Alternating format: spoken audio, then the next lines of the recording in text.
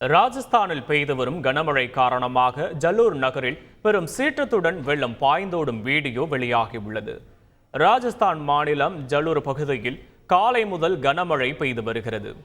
இங்குள்ள ஜஷ்வந்த்புரா சுந்தா மலைப்பகுதியில் பெய்து வரும் கனமழையால் மழைநீர் காட்டாற்று வெள்ளம் போன்று மழைநீர் வெளியேறி வருகிறது. ஏரிகள், குளங்கள் ஆகியவை நுரைந்து வழிகின்றன. வெள்ள நீர் ஜலூர் நகர் பகுதிகளில் பாய்ந்தோடுகிறது. பொதுமக்கள் வீடுகளை விட்டு வெளியே வர முடியாமல் முடங்கியுள்ளனர். இந்த வெள்ளத்தில் சிக்கி குஜராத்தைச் சேர்ந்த சுற்றுலா பயணி ஒருவர் உயிரிழந்துள்ளதாக தகவல் வெளியாகியுள்ளது.